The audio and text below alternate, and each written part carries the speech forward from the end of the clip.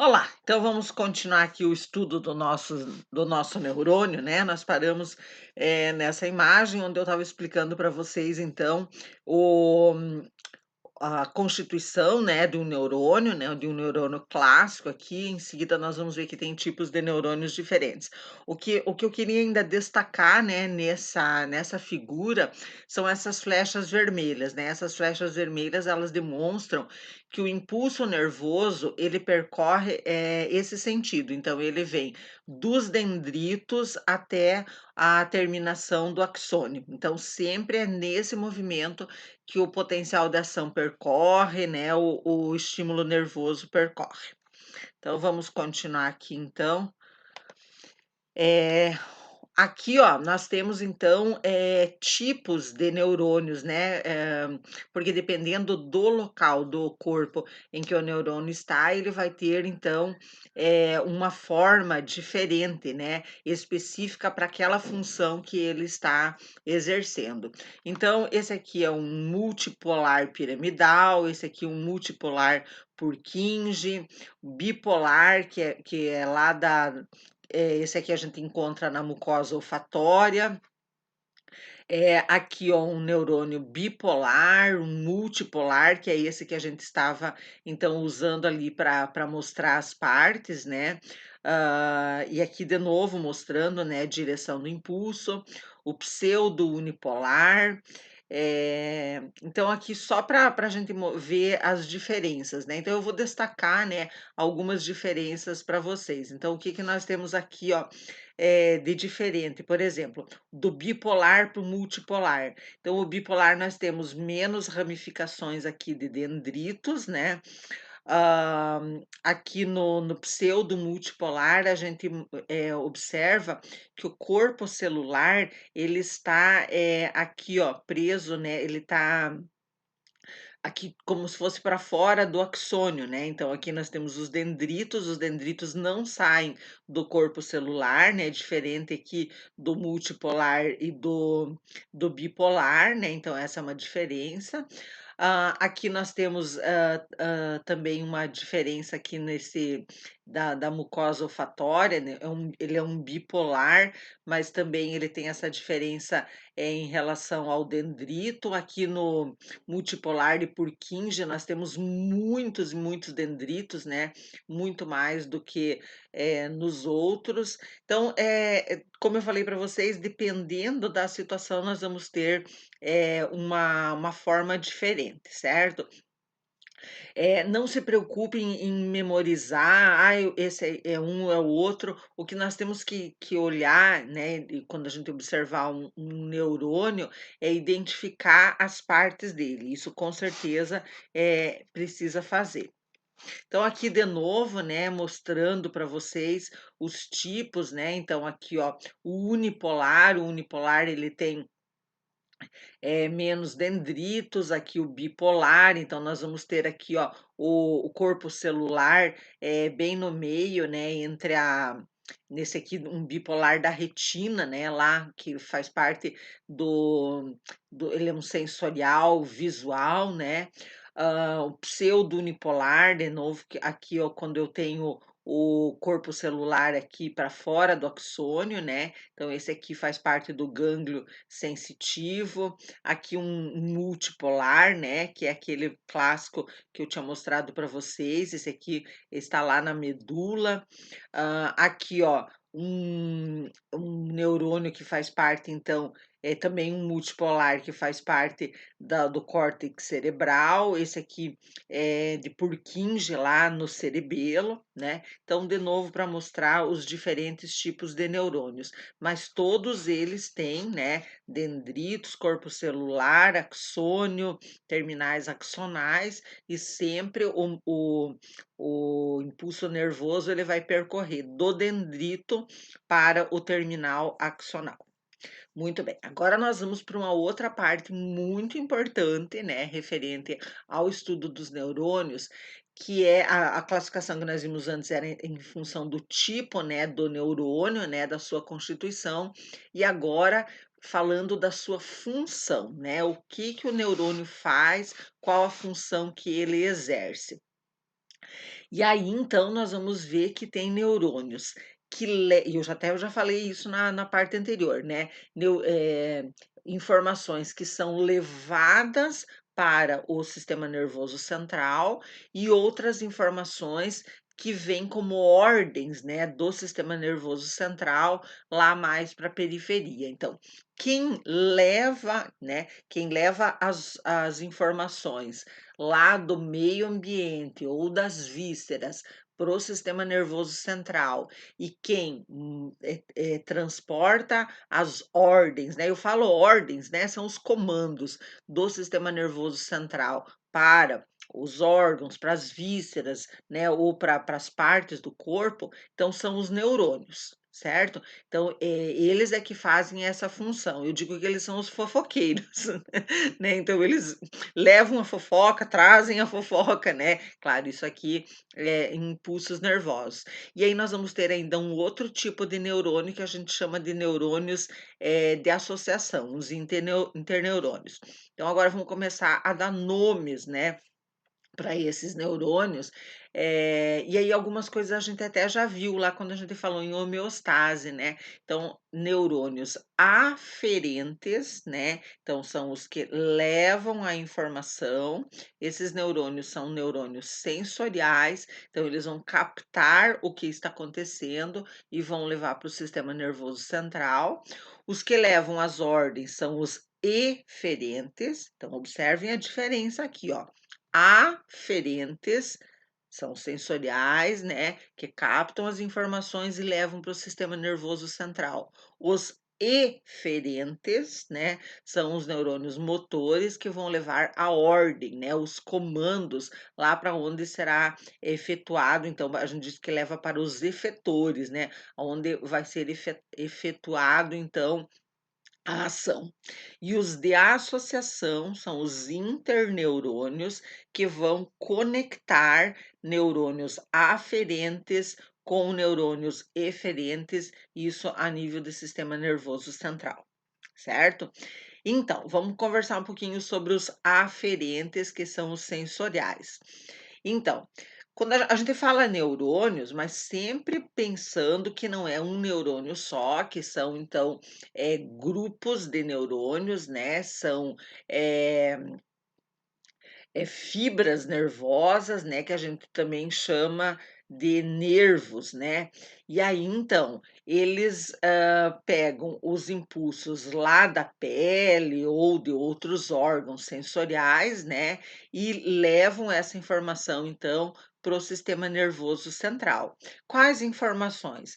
Relativas à temperatura, à pressão, à luz, né, ao som, ao gosto. Então, qualquer estímulo, né, percebido por esses neurônios aferentes, isso é levado então para o sistema nervoso central, certo? Ah, lembra que eu falei dos corpos celulares, né, que é aquela parte onde está do o núcleo do neurônio. Pois bem, estes neurônios sensoriais, tá? Então, na característica da constituição do neurônio, ele tem os seus corpos celulares, né, situados em gânglios sensitivos próximos ao sistema nervoso central. Então, o que que são esses gânglios? Agora há pouco não, na parte anterior, eu falei sobre os gânglios. Então, um gânglio nervoso é um acúmulo de corpos celulares. Então, como eu falei para vocês, o neurônio, os neurônios, eles estão então em feixes, né? Eles estão agrupados em muitos neurônios, e nesse agrupamento, todos os corpos celulares acabam ficando juntos. E essa junção de corpos celulares vão formar os gânglios sensitivos. E aí já tem uma característica muito importante de diferenciação, que é a localização desses gânglios, certo? Então, no caso dos neurônios aferentes, dos nervos, né, que são os conjuntos de neurônios aferentes, então os gânglios desses neurônios, eles estão mais próximos do sistema nervoso central, no caso aqui muito mais próximos da medula, né, que vai ser a parte onde do sistema nervoso central onde eles vão estar chegando, dependendo dos nervos, né, em alguns nos nervos cranianos, mas geralmente é da medula. Então, os corpos celulares vão estar muito mais próximos do sistema nervoso central. Quando nós estamos com feixes de neurônios eferentes, nós já vamos ver que esses gânglios, que essa junção já vão estar mais longe. Depois eu vou mostrar para vocês isso lá quando a gente estudar o sistema nervoso periférico, certo? Mas só já vão entendendo isso. O que que é um gânglio aqui do sistema nervoso? É quando nós temos esse acúmulo de corpos celulares. Muito bem. Então, os neurônios eferentes são chamados de motores, porque eles são os que vão fazer a ação, né? Então, eles levam os impulsos do sistema nervoso central lá para os músculos, para as glândulas, para os órgãos, que a gente diz que são órgãos efetores, que órgãos que vão executar a ação. E como eu já tinha falado, os interneurônios, né, ou neurônios de associação, eles vão fazer uma ponte entre os neurônios aferentes e os eferentes. Volto a dizer, quando eu explicar quando a gente estiver estudando já diretamente o sistema nervoso, eu vou voltar a falar nisso. Agora, por enquanto, vocês têm que entender a diferença, então, entre neurônios aferentes, eferentes e neurônios de associação. Então, aqui, só para mostrar para vocês, de novo, juntando agora a classificação do tipo de neurônio, a parte morfológica e a parte funcional, né? Então, nós temos aqui, ó, os interneurônios, os neurônios eferentes e os aferentes.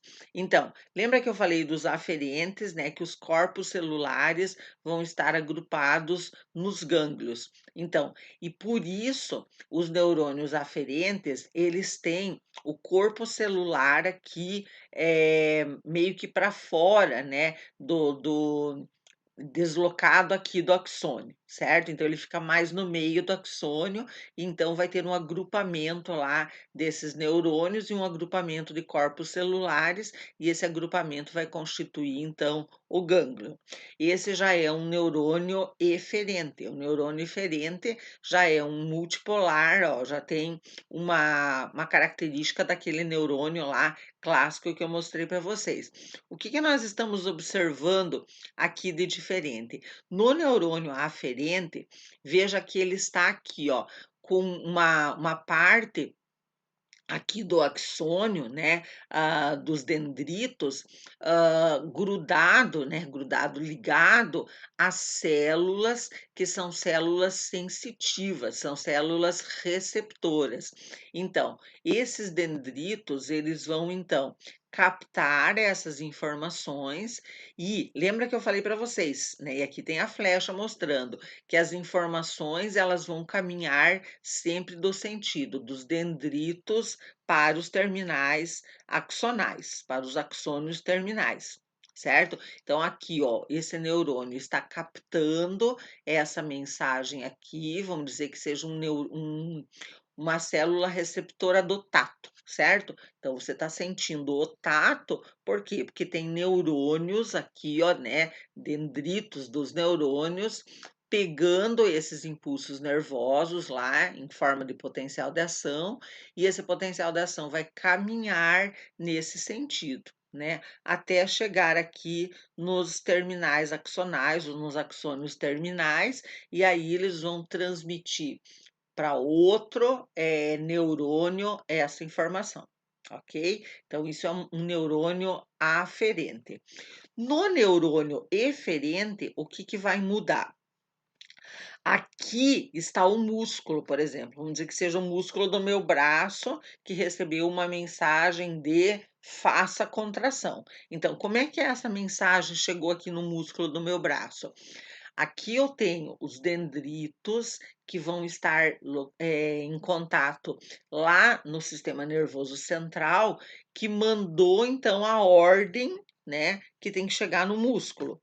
Então, essa ordem vai chegar pelos dendritos, né, vai ser passada aqui né, em forma de potencial de ação pro dendrito, vai caminhar isso aqui vai passar pelo corpo celular, vai passar pelo axônio e vai chegar lá nos axônios terminais que estão ligados ao músculo. Então, como é que o músculo recebe essa ordem?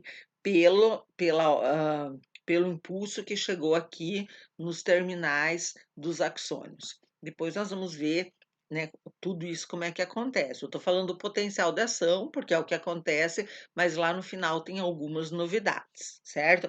E essa novidade é a sinapse, né, que nós vamos ver depois como é que funciona.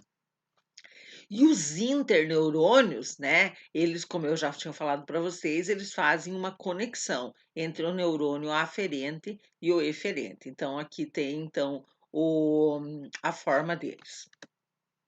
Então, aqui de novo, mostrando, né, agora já como que acontece isso lá no sistema nervoso central mesmo, né? Quer dizer, do periférico para o sistema nervoso central. Então, aqui, ó, nós temos o neurônio sensorial, que vai estar lá no sistema nervoso periférico, ele vai estar lá na pele, né? Que eu tinha dito para vocês. Então, faço uma pressão aqui na minha mão, certo? Então, eu vou sentir isso, né? O meu sistema nervoso sente isso, sente que alguma coisa está roçando a mão, porque esses dendritos do neurônio sensorial estão ligados aqui às células do tato, né? Que vão então.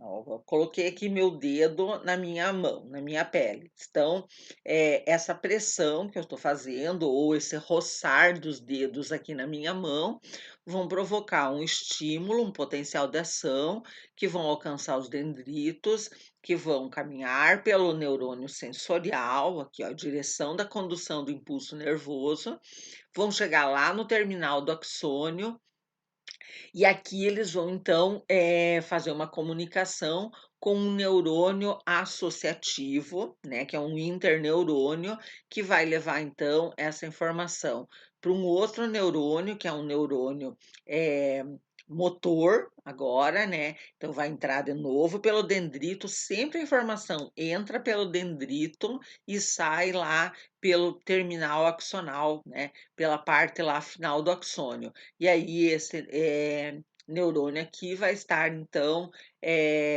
conectado, né, para fazer uma ação, certo? Então, isso aqui é uma informação básica, claro que tem mais algumas coisas acontecendo. Esse neurônio associativo, geralmente, ele está lá, ele está lá na medula, né? Ele está lá na parte eh, que vai fazer essa conexão, né? Eu não posso entrar muito em detalhes agora, porque é comprida essa explicação, mas só para mostrar para vocês como que eles estão fazendo essa associação. Mas geralmente essa associação aqui acontece, esse neurônio associativo ele está no sistema nervoso central.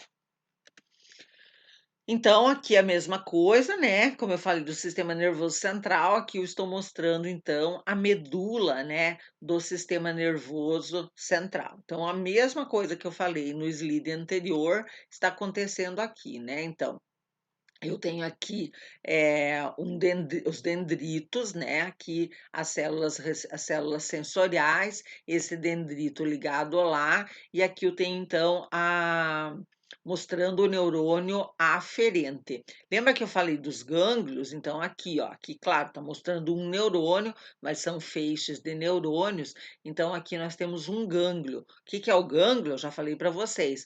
É o acúmulo ali de corpos celulares, né? Então, aqui, ó, body, cell body são os corpos celulares.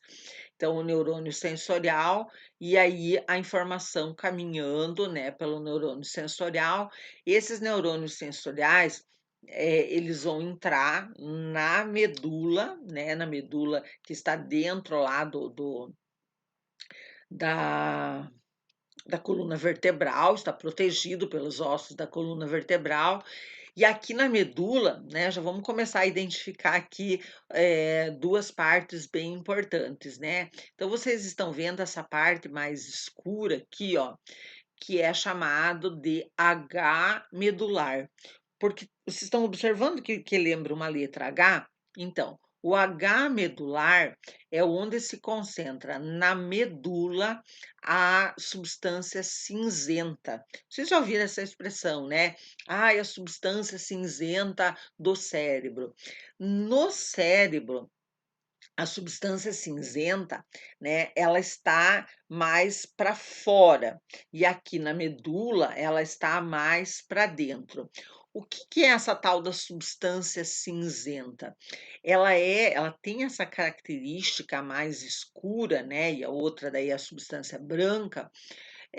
A substância cinzenta, ela tem essa característica, porque tem muito maior concentração de corpos celulares na substância cinzenta, né, nessa parte aqui. Então, por isso que ela tem essa cor mais cinza. Veja que nós temos o corpo celular do interneurônio, nós temos os corpos celulares dos neurônios motores. Lembrando que os corpos celulares dos neurônios sensitivos, eles não estão aqui dentro, eles estão aqui nos gânglios, certo? Então, aqui a gente já vê uma grande diferença, né, entre o neurônio sensorial e o neurônio motor. No caso do neurônio motor, o corpo celular está lá dentro da medula, né? Ele está lá incorporado na medula, na parte cinzenta, certo? Então, aqui nós temos o verdinho, que é o interneurônio, fazendo essa associação. Aqui, gente, o que que acontece? Então, essa aqui é a medula, né? A medula faz parte do sistema nervoso central, mas nós temos que imaginar também que aqui, imaginar não, né? Saber que nós temos aqui também neurônios que estão fazendo essa comunicação entre esse neurônio sensorial e esse neurônio motor. Nós também temos neurônios que estão levando essa informação lá para o cérebro, certo? Aqui não está aparecendo, mas nós temos todo um feixe nervoso que está levando, então, informações para o cérebro. E também vai fazer essa comunicação aqui, certo? Então, nós vamos ver depois, que tem ações, que elas acontecem como um resultado só disso, ó, chegou a informação pelo neurônio sensorial, fez uma associação aqui pelo neurônio, pelo interneurônio, e já vai a resposta pelo neurônio motor. Isso é o que a gente chama de ato reflexo. Passa pelo sistema nervoso central, mas a nível de medula, tá? Então, o ato reflexo, por exemplo, quando você faz lá o reflexo patelar, né? Você vai no médico, ele manda você sentar, né, com a perna, meio que solta, e ele pega um martelinho e ele bate aqui, ó, nos nervos abaixo do teu joelho. E o que que acontece? O pé da gente dá um chute, certo? Então, esse é um reflexo que a gente chama de reflexo, tem o reflexo patelar, né, também, que é mais para baixo. E aí, então, esse reflexo, ele acontece, não chega a informação ir até o cérebro, ele chega na medula e da medula ele já volta, né, então, na resposta pelo neurônio motor. Então a gente chama de reflexo. Por que que é um reflexo? Porque ele é um ato que ele não precisa chegar à decisão no cérebro, ele é feito no sistema nervoso central, mas a nível de medula, certo? Então, a batida, né, do reflexo patelar, a batida sentida aqui pelos dendritos, né, o estímulo aqui nos dendritos, ela vem pelo neurônio aferente, passa essa informação aqui na medula, né, é processada, passa a informação pelo interneurônio, e a resposta, né, de chutar o pé é dada aqui pelo neurônio motor, certo? Então, É bem importante a gente já ir entendendo isso. Não vou falar mais vezes, mas já dá para entender isso aqui. Bem, quando a gente fala em neurônio, nós temos que falar de um amigo do neurônio, né? Também são células, né, importantes também, que sempre estão juntas com os neurônios, que são o que a gente chama de neuróglia, tá? A neuróglia é um conjunto de células, né? Células, digamos assim, que são células coadjuvantes, né, do sistema nervoso, e elas têm várias funções, né, elas ajudam os neurônios. Então, quais são os tipos, né, de células que constituem a neuróglia? De novo, a neuróglia é um termo, maior, né, dentro da neuróglia nós vamos ter tipos de células, que são os astrócitos, tá, os oligodendrócitos, a micróglia e as células ependimais. Tá? Então vamos ver como que cada uma age, qual é a sua função. Vamos começar pelos astrócitos. Quando a gente fala em astrócito, tá? Nós estamos nos referindo a um determinado tipo de neuróglia que faz parte lá do sistema nervoso central. No sistema nervoso periférico, esses astrócitos são as células satélite, tá? Então, no sistema nervoso central, astrócitos, no sistema nervoso periférico, célula satélite. Mas eles têm a mesma função, que é o controle do espaço intersticial. O que é intersticial? Entre as células. Então, todo aquele todo aquele espaço entre um neurônio e outro, nesse caso aqui, né, entre as células do sistema nervoso, então todo esse controle é feito por esse tipo de célula. E aí eles fazem uma proteção, né, principalmente proteção desses neurônios. Eu já falei na parte anterior da importância dos neurônios, porque os neurônios são células que não têm reposição, né, na grande maioria das vezes. Então tem que ter uma proteção muito grande para que eles não sejam destruídos, para que eles não sejam atacados, certo? No sistema nervoso, esses neurônios, eles estão em contato, né, eles têm uma proximidade, por exemplo, com o sistema circulatório, que vai trazer lá, oxigênio, que vai trazer glicose, substâncias necessárias para a manutenção dessas células, que são os neurônios. Só que o que acaba acontecendo é que o sistema circulatório, né, o sangue, pode também trazer algumas substâncias que não são tão úteis, né? Pode trazer até micro-organismos, né? Ou algumas substâncias que podem atacar esses neurônios. Por isso, tá? Esses astrócitos ou as células satélite vão promover uma barreira hematoencefálica. Então, barreira é uma proteção, hemato do sangue com a parte do sistema nervoso, certo? Então, uma grande importância dos astrócitos e das células satélite é essa proteção, é essa defesa. Também ficando entre os neurônios, eles fazem uma sustentação, eles dão uma sustentação para os neurônios. E quando tem algum defeito, algum pequeno defeito, eles fazem também os reparos, né? Então, eles conseguem, eles são tipo assim, ah, eh, mecânicos, né? De algumas situações que eles possam resolver. Tá? E também ajudam no direcionamento do desenvolvimento do neurônio. Então, são células muito importantes, né, que ajudam então na sobrevivência dos neurônios. Daí nós temos um outro tipo de célula que faz parte da neuróglia, que são os oligodendrócitos. Então, quando nós estamos falando em sistema nervoso central, é o oligodendrócito. No sistema nervoso periférico, eles recebem o nome de células de Schwann, certo? E aí, qual é a importância desse tipo de célula? Eles formam a bainha de mielina. Bainha de mielina é uma proteção, é uma capa que existe no axônio de alguns tipos de neurônios, certo? Essa bainha de mielina, tá?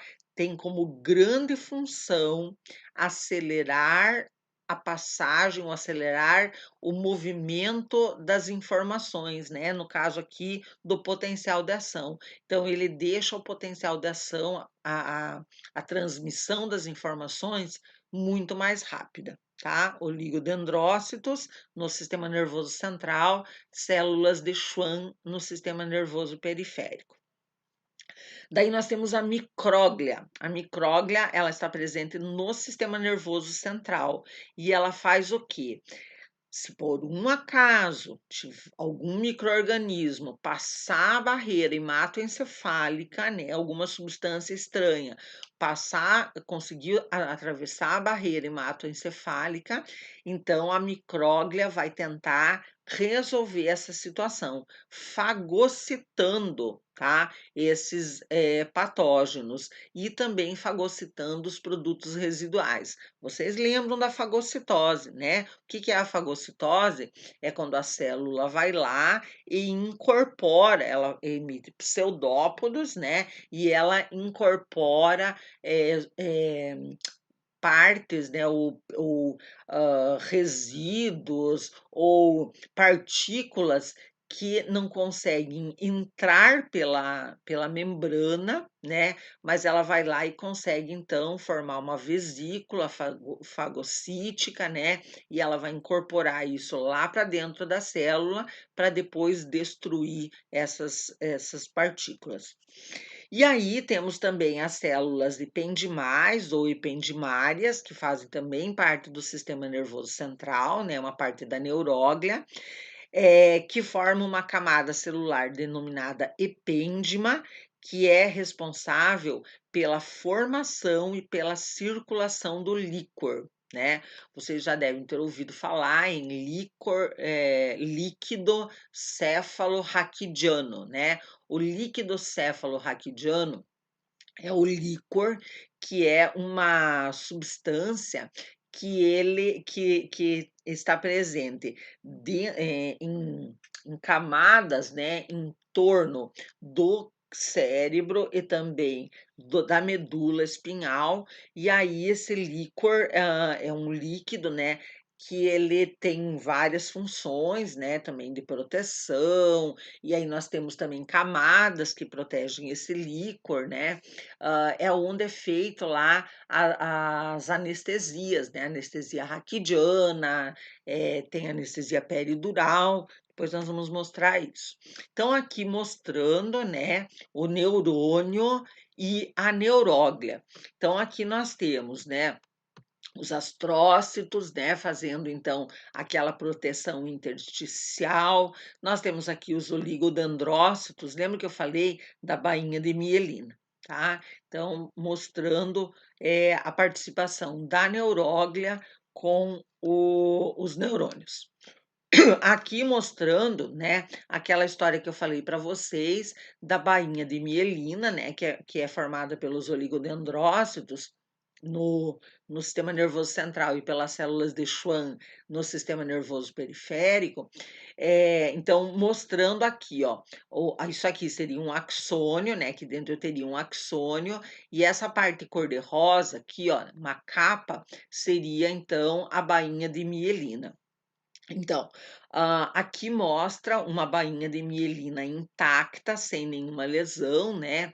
Mostrando que quando tem bainha de mielina, a mensagem passa mais rápida, porque é como se fosse saltatória. Então, nós temos aqui a bainha de mielina e um pedacinho sem a bainha, né? E isso é uma característica. Então, a mensagem não teria que percorrer todo axônio, ela tem um caráter saltatório, ela vem aqui, ó, de espaço para espaço. Isso acontece muito mais rápido, né? Então, aqui mostrando assim em torno de 400 quilômetros por hora seria a velocidade, né? E aí o símbolo foi um canguru mostrando que né, o canguru dando saltos, né? Claro que nós não temos cangurus lá, mas mostrando essa passagem, né, esse movimento saltatório da mensagem. E aqui nós temos uma bainha de mielina que ela foi destruída por alguma doença, né? E aí então, olha o que que acontece. Nós temos aqui um pedaço de bainha de mielina, daí nós temos um baita pedaço de axônio sem a bainha de mielina, né? De novo aqui um resíduo de bainha de mielina. Então, nesse caso, né, a mensagem ela vai ter que percorrer o axônio e não vai poder fazer os saltos, né, pela falta de bainha de mielina. E aí, então, aqui mostra, né, é, uma que bichinho que é esse, meu Deus? É uma lesminha, né, uma lesma, e a lesma a gente já tem aquela característica, né, você é uma lesma, você é muito devagar. Então, lentamente a mensagem passando. Então, aqui quando era 400 quilômetros por hora, que vira 4 quilômetros por hora, 100 vezes mais devagar por falta, então, dessa bainha de mielina, né. Isso vai repercutir, né, essa destruição vai repercutir nas respostas, né, que as pessoas dão aos estímulos, né? Então a gente tem que imaginar isso, né? De novo, o sistema nervoso sensorial recebe o estímulo, pega, leva para o cérebro manda a resposta. Isso numa pessoa saudável, com todo o sistema nervoso funcionando bem, essa resposta é rápida. Agora, tem aquelas situações em que a pessoa tem respostas mais lentas, ela não percebe uma coisa, ela não enxerga direito, ela não ouve direito. Então, o que que acontece? Muitas vezes é um problema lá na bainha de mielina, né? Na, na, na no envio, né, das mensagens, às vezes ela demora mais para receber e também demora mais para mandar a ação, né, a ordem que deveria ser dada. E tudo isso, esse retardamento, né, das mensagens pode ser feito por problema na bainha de mielina, nos oligodendrócitos ou nas células de Schwann. Bem, então agora a gente já viu de uma forma geral aqui o neurônio, já falou da neuróglia, e vamos falar agora sobre a parte talvez a mais importante, que seja a comunicação entre os neurônios entre si, neurônio com neurônio, e neurônio com células efetoras ou células sensoriais. Então, a gente chama isso de sinapse. Nunca esqueçam esse nome. Então, a comunicação aqui chama-se sinapse. Então, o que que é uma sinapse? É uma zona de contato entre uma terminação nervosa, por exemplo, lá do tato, as células do tato e o neurônio. Também entre neurônio e neurônio, tá? E entre neurônio e células efetoras. Por exemplo, é o neurônio e o meu músculo, para dizer que tinha que contrair. Ou então o neurônio e células glandulares dizendo produza um hormônio, certo? Ou chega lá no estômago, produza suco gástrico. Então, é sempre a comunicação de uma célula com o neurônio, de um neurônio com neurônio, é chamado de sinapse. Para ter sinapse, tem que ter a membrana da célula pré-sináptica, uma fenda sináptica, que é um espaço entre as duas células, e a membrana pós-sináptica. Por quê? Porque para ter a sinapse, vai ter uma passagem de substâncias ou de sinais, e aí precisa, então, essas partes aí. Então, nós vamos ver que existem sinapses elétricas e sinapses químicas. Vamos falar primeiro, então, das elétricas, e aqui nós temos, então, mostrando, né, os impulsos elétricos, né? Isso a gente já viu, então, lá no potencial de ação, né? E agora vamos ver como que esse potencial de ação ele caminha num neurônio. Então, o que que acontece? Bem, primeiro que o potencial da ação ele pode ser verificado qual é a diferença de potencial, né, então aqui mostrando, né, então nesse neurônio foi visto lá e é menos 70 milivolts, aqui também, aqui menos 58, mostrando que em algumas situações ele não vai pela diferença de potencial, ele não vai caminhar. Mas muito bem, então aqui, ó, mostrando que esse neurônio recebeu aqui um estímulo, um potencial de ação, e aí então ele vai começar a caminhar. Sempre, ó, eu já falei e vou repetir, sempre o estímulo vai entrar pelo dendrito, daí ele vai caminhar na direção lá para o terminal axonal. Então, esse é um neurônio multipolar, ele veio do dendrito para o corpo celular, e vejam agora que ele está caminhando, ó. Aqui ele já está lá no axônio e aqui ele já chegou lá no terminal axonal. O que vai acontecer? Ele vai passar para um outro neurônio, certo?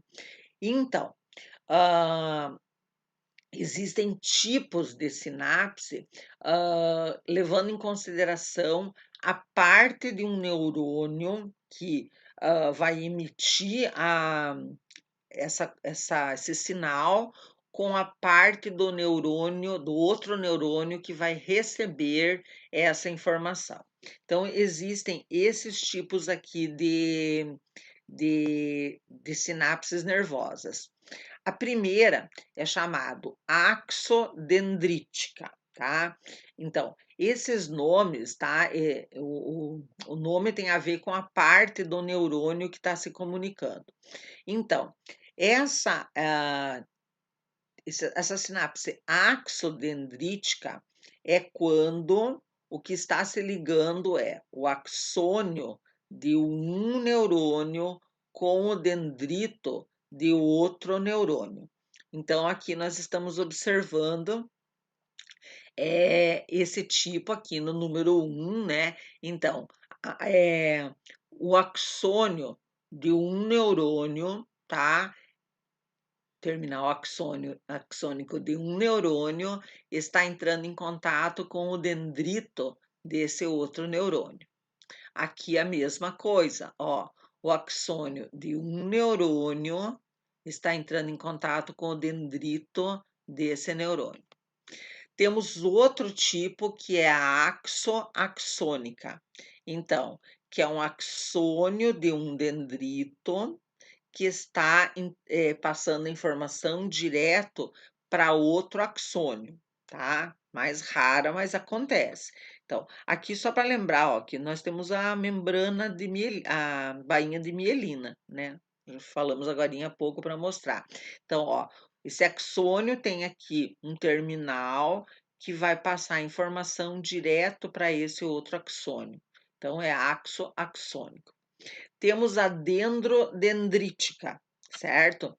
Então, que é um dendrito de um axônio em contato com o dendrito de outro axônio, tá? Então, aqui geralmente vai acontecer aquela junções, lembra quando as membranas se juntam e daí passam as informações pela membrana? Geralmente acontece isso aqui. E a axossomática, tá? Então, é o quê? Soma aqui tem a ver com corpo celular, né? O soma celular é o corpo celular. Então, o axônio de um neurônio passando direto a informação, né? O estímulo para o soma, para o corpo celular de outro neurônio. Bem, como eu falei para vocês, nós temos sinapses elétricas e sinapses químicas, certo? Então, as sinapses elétricas, elas transmitem informações instantaneamente, porque é lá o potencial de ação, é o estímulo elétrico, certo? Então, a informação é passada instantaneamente de uma célula para outra, tá? E o que transfere é corrente elétrica da célula pré-sináptica para a pós-sináptica. Então, de uma célula para outra. A célula que manda o sinal, a corrente elétrica, é a célula pré-sináptica, e a que recebe a corrente elétrica é a pós-sináptica. E ali, como eu tinha falado para vocês, né, isso é o que está acontecendo aqui. Então, pelas junções comunicantes do tipo gap, os túneizinhos lá, então vai acontecer essa passagem de corrente elétrica, certo? Esse é o tipo de sinapse que acontece quando tem quando precisa de uma velocidade muito rápida para transmissão do impulso, tá? Então, por exemplo, no músculo cardíaco, o que que faz o nosso músculo cardíaco ficar se movimentando? São sinapses elétricas, certo? Também vão ter sinapses químicas, ele também vai sofrer, o músculo cardíaco também vai sofrer influência de sinapses químicas, mas o que faz o coração ficar lá funcionando são sinapses elétricas, são descargas elétricas que o músculo fica recebendo. E também o músculo liso. Onde é que nós temos músculo liso? No útero, no estômago, né? Principalmente nas vísceras, nós temos músculo liso. E aí também nós vamos ter muitas sinapses elétricas lá, descargas elétricas, que fazem então esses músculos estarem contraindo e relaxando o tempo todo. A sinapse química, tá? Ela ocorre, né, também entre neurônios. A diferença é que ela não vai usar só a corrente elétrica. Nós vamos ver que a corrente elétrica também vai participar, mas a sinapse química, ela vai usar substâncias químicas que saem de dentro do neurônio e que vão estimular então um outro neurônio, tá? Essas substâncias químicas que saem do neurônio, elas são chamadas de neurotransmissores.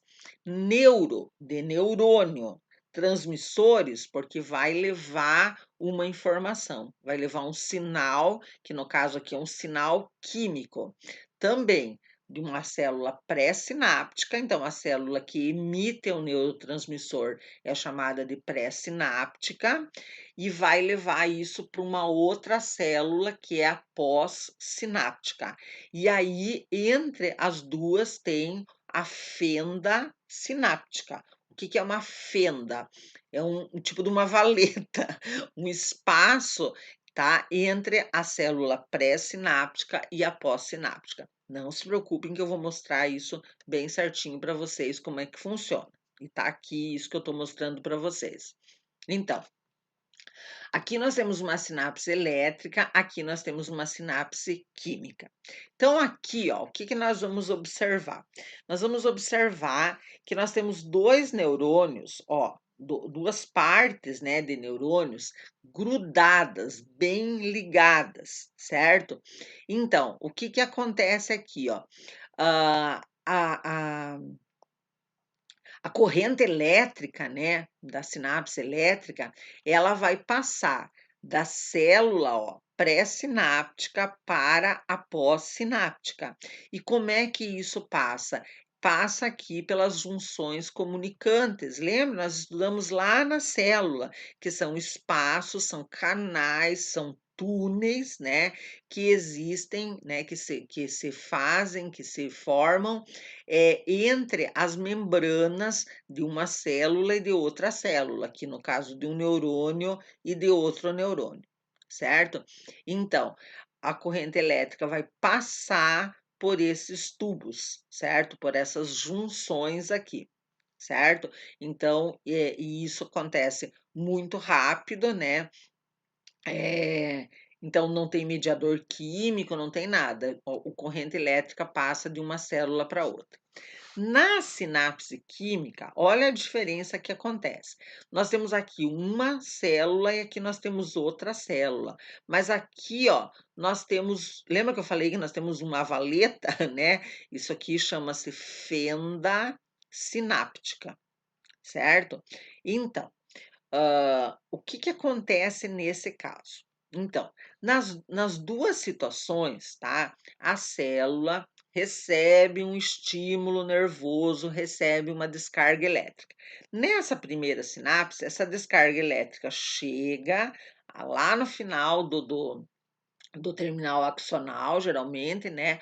Então vai fazer aqui uma sinapse axodendrítica. Então, chegou lá no final do terminal axonal e vai passar para o dendrito de outro neurônio pela fenda sináptica, passou a corrente elétrica. Nesse caso da sinapse química, o que que acontece?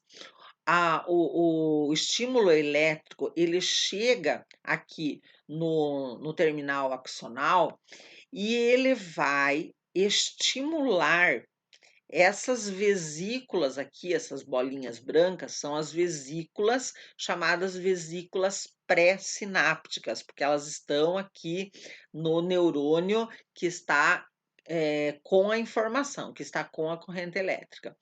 Pois bem, então a corrente elétrica vai ativar essas vesículas para que elas vão lá para perto da membrana celular e saiam lá de dentro.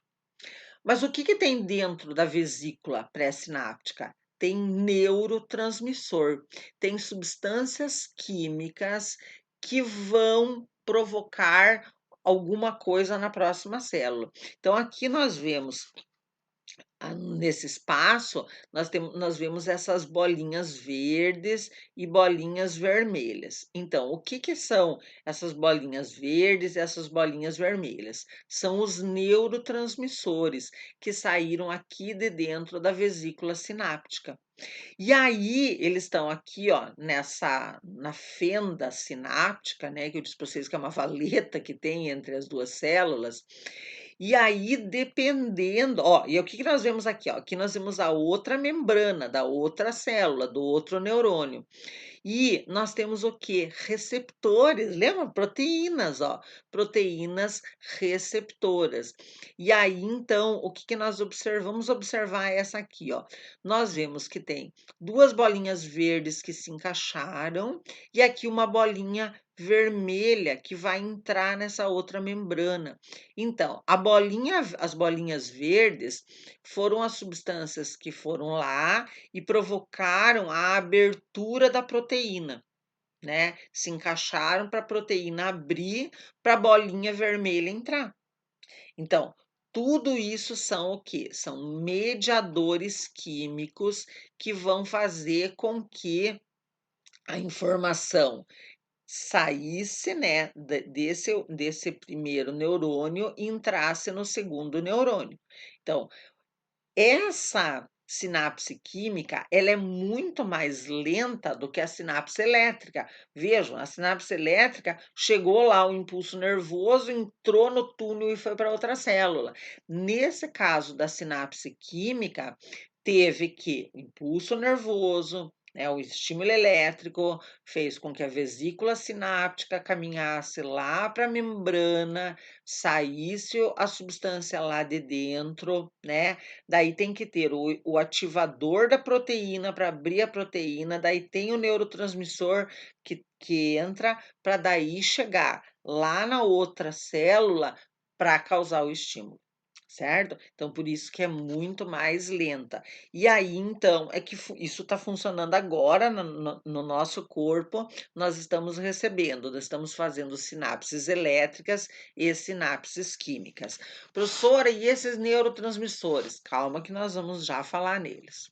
Então, aqui de novo, mostrando, né, como que isso funciona. Então, aqui nós temos o caminho vem daqui para cá, né, do estímulo.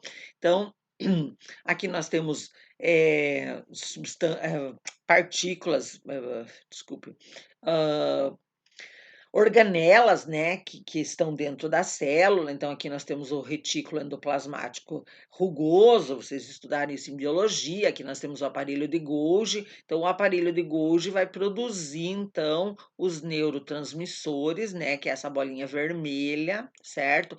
Que ele vai, então, caminhar aqui por dentro do axônio, tudo isso ativado pelos impulsos elétricos, certo?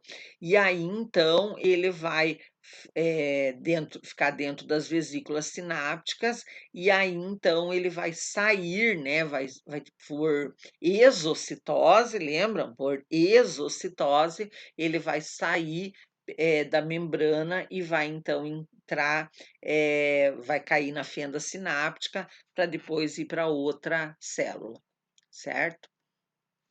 Então, aqui de novo mostrando, né? Aqui mostra o axônio, aqui mostra a bainha de mielina, que está recobrindo o axônio lá.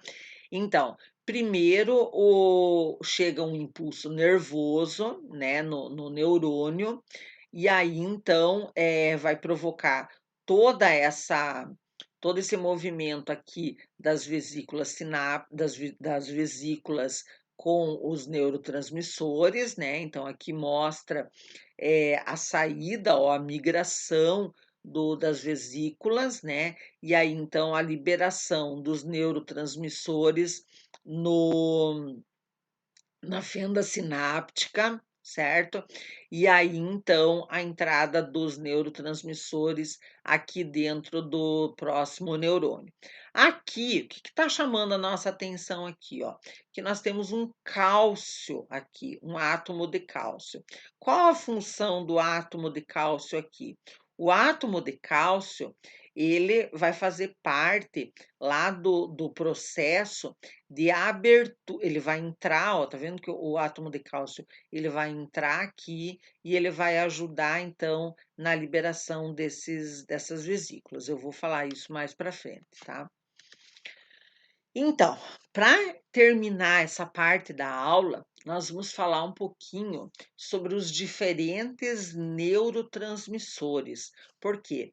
Dependendo da substância química que está lá na vesícula sináptica, nós vamos ter reações diferentes dos neurônios que vão receber esses neurotransmissores, tá? Então, quem são os neurotransmissores? São substâncias que são encontradas nas vesículas, né, lá perto da sinapse, vesículas que vão ser rompidas e vão liberar esse neurotransmissor, então, na fenda sináptica, e que vão ser substâncias químicas diferentes, né? E aí, então, dependendo da substância química, ela vai estimular a próxima célula ou ela vai inibir. Então, nós vamos ver alguns desses neurotransmissores. Primeiro é a acetilcolina, tá? Lembrem, ela vai sempre estar representada por essas siglas, a sigla aqui, ACH, tá? Acetilcolina. A acetilcolina, ela é encontrada lá no córtex do cérebro, né? Porque no nosso cérebro nós temos também um córtex, que é a parte de fora, que é a casca do cérebro, e temos a medula cerebral, tá? Então, no córtex cerebral vai ter bastante acetilcolina, tá? Essa acetilcolina também vai estar presente nas junções neuromusculares, então, lá onde o neurônio se encontra com o músculo esquelético. O músculo esquelético são todos os músculos que recobrem os nossos ossos. E também a acetilcolina vai estar presente no sistema nervoso autônomo, aquele que é dividido em simpático e parasimpático. Então, quando nós estudarmos o sistema nervoso simpático e parasimpático, nós vamos falar em acetilcolina, lembrem dela. Geralmente, o resultado do estímulo da acetilcolina é excitatório, ele provoca uma ação, uma excitação. Participa no controle motor e na formação da memória. Então, controle motor é o quê? Do tipo mova o braço, estique o braço, contrai o braço, né? Então, isso é um controle motor do funcionamento dos órgãos e na formação da memória. A inativação dos seus receptores musculares causa miastenia grave, que é uma paralisia muscular, e a doença de Alzheimer. Bem, vamos lá, né? Não vamos entrar em profundidade nisso, mas só para falar o quê? Então, a acetilcolina é um neurotransmissor, é uma substância química que ela vai ser liberada por um neurônio e ela vai entrar ou em outro neurônio ou em uma célula, por exemplo, uma célula muscular. Para entrar essa substância, né, nós já estudamos lá no começo da matéria, que para entrar na célula, pela membrana, precisa de um receptor, certo? Né, porque conforme a substância não entra sozinha. Muito bem. E esses receptores, eles têm que estar ativos, eles têm que estar prontos para receber essa substância. E tem algumas situações nas quais esse receptor está inativado, tipo assim, vai lá e fechou esse receptor, fechou essa entrada, por alguma doença, por velhice, por alguma situação. Então, se imagine lá um neurônio que chegou lá num músculo e precisa ativar, ele precisa descarregar acetilcolina para ativar esse músculo. Se os receptores da acetilcolina são chamados receptores colinérgicos. Se eles estiverem fechados, a acetilcolina vai ser liberada lá no espaço, na fenda sináptica, e não vai agir. E aí o que vai acontecer com o músculo? O músculo não vai agir, não vai contrair, não vai fazer a sua ação. E aí ele vai ficar paralisado. Então, só para a gente entender o que acontece em algumas doenças, certo? No Alzheimer, né, eles também estão estudando e vendo que é isso. O que acaba acontecendo? Não é que falte acetilcolina, falta receptor. E aí, o que acontece com partes do cérebro? Vai morrendo, vai deixando de ter a função, porque faltou receptor para acetilcolina. Então, por enquanto, né, só estou contando para vocês quais são os neurotransmissores e já dando, né, uma passada de como que eles funcionam. Um outro neurotransmissor muito importante é a dopamina, tá? Talvez vocês já devem ter já ouvido falar da dopamina. A dopamina, ela está presente nos neurônios do sistema nervoso central e também nos gânglios vegetativos lá do sistema nervoso autônomo, do simpático e do parasimpático. Assim como a acetilcolina, também a dopamina normalmente ela é excitatória, ela ativa as outras células e ela é uma das responsáveis pela nossa sensação de satisfação, de prazer, tá? Então, você já deve ter ouvido falar assim: fazer exercício físico libera dopamina. É verdade, tá? Então, ele ajuda, né, o exercício físico ajuda na ativação lá, né, na ativação dos neurônios para eles liberarem dopamina, que vão dar essa coisa da satisfação e do prazer. Vocês já devem ter ouvido falar da doença de Parkinson, né? O parkinsonismo é aquela doença em que a pessoa treme um pouco, ela não controla muito a musculatura. E aí, essa doença de Parkinson, ela é causada por uma deficiência de dopamina, certo? Então, os neurônios dopaminérgicos, o que são neurônios dopaminérgicos? São neurônios que liberam dopamina. Então, eles são destruídos e por isso também a pessoa começa a tremer. Por quê? Porque falta daí essa dopamina no controle dos músculos. A noradrenalina. A noradrenalina, ela também tem o nome ela é conhecida por norepinefrina, porque é assim, eu já deixa eu explicar. A adrenalina também é conhecida como epinefrina e noradrenalina, norepinefrina, certo? Então, a noradrenalina, ela é liberada em junções neuromusculares. O que são junções neuromusculares? É quando um neurônio se encontra com um músculo, tá? E também em junções neuroglandulares, quando um neurônio se encontra lá com uma glândula, por exemplo, quando um neurônio se encontra lá na suprarrenal. E também está presente na medula da suprarrenal, então dentro da medula da suprarrenal e em neurônios do sistema nervoso central. Nós já falamos, lembra quando a gente falou em suprarrenal? Isso, em medula do suprarrenal, nós falamos em noradrenalina. Isso, falamos eu ainda disse, a noradrenalina, ela é produzida pela suprarrenal e ela tem uma função no sistema nervoso central, no sistema nervoso. Então, normalmente ela é excitatória também e ela está relacionada à vigília, né, a nossa coisa de estar acordado, também aos sonhos e à regulação do humor, né, ajuda lá a dopamina.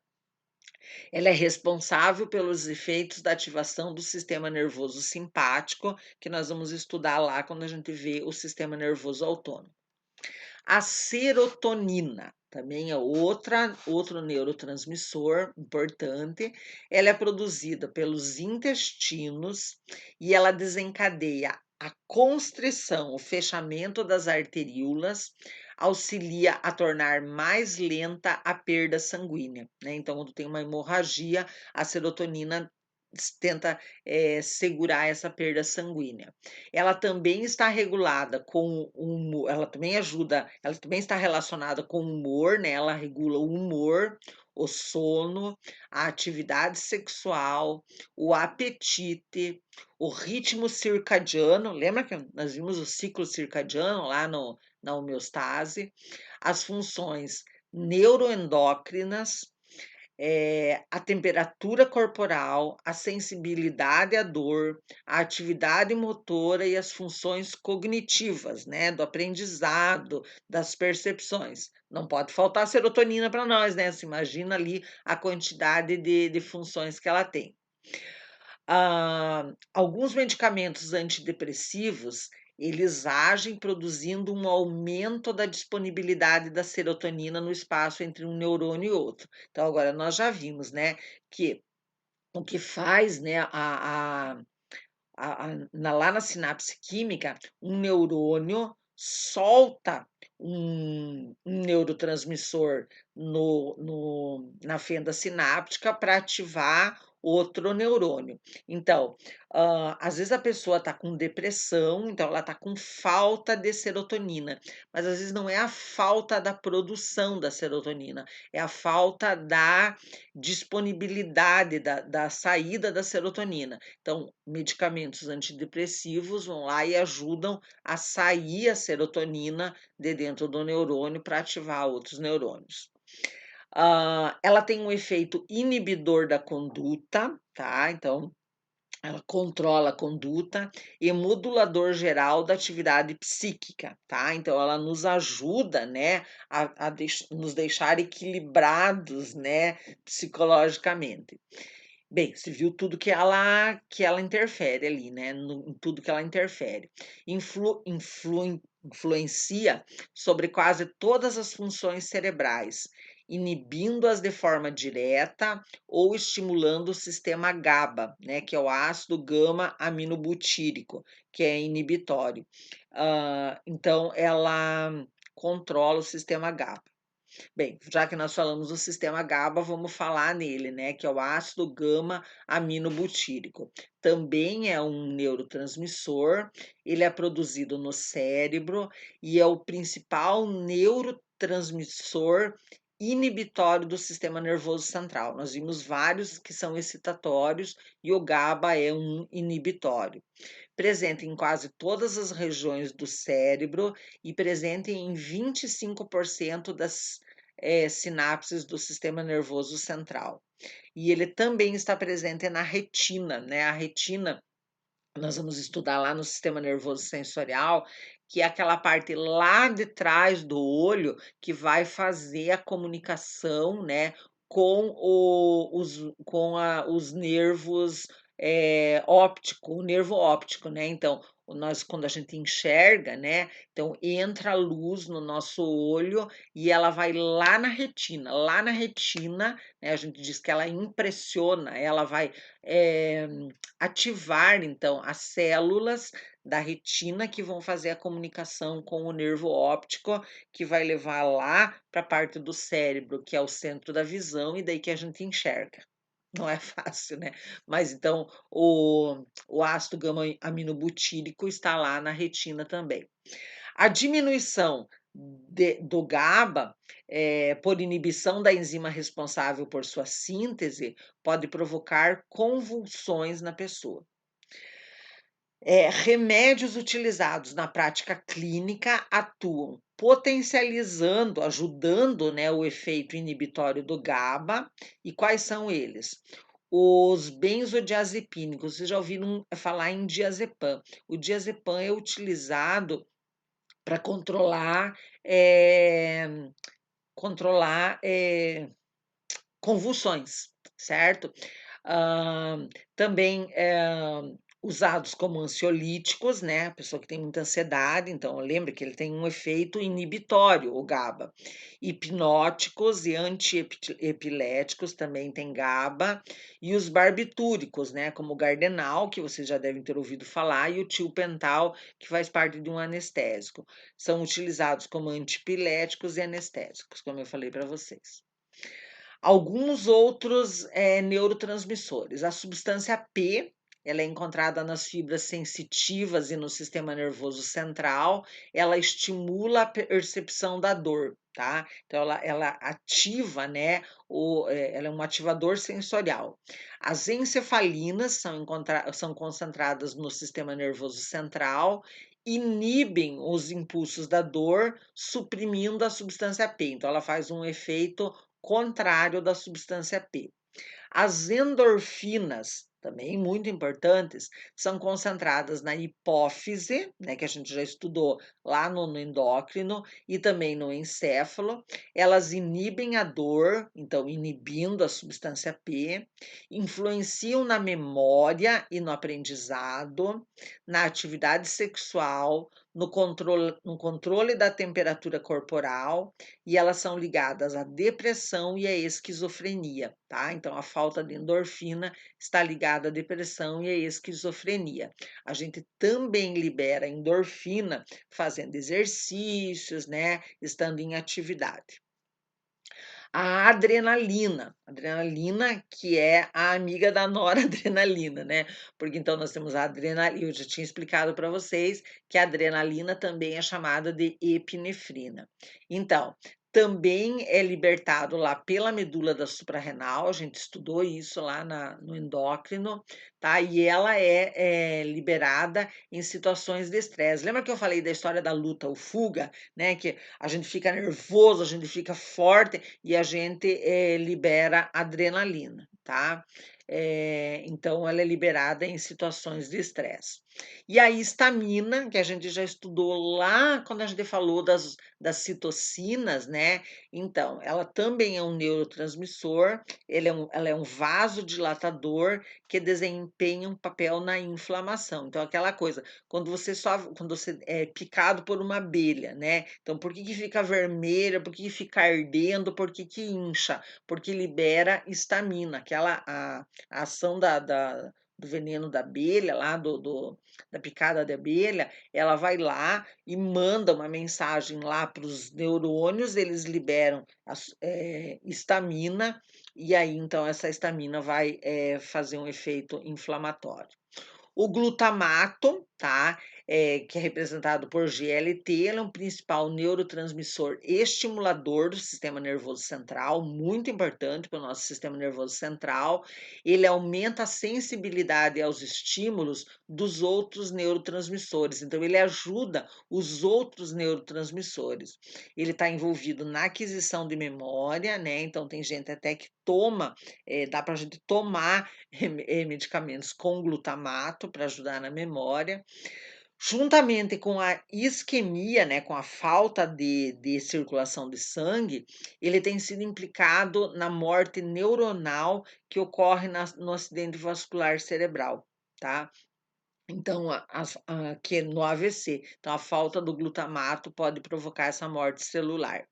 A hiperatividade do sistema glutamatérgico tem sido associada à epilepsia, então se você tem muito receptor de glutamato, isso pode gerar epilepsia, justificando o uso de antagonistas dos receptores do GLT no tratamento da doença. Então, como um excesso de glutamato pode provocar epilepsia, então o que que se faz?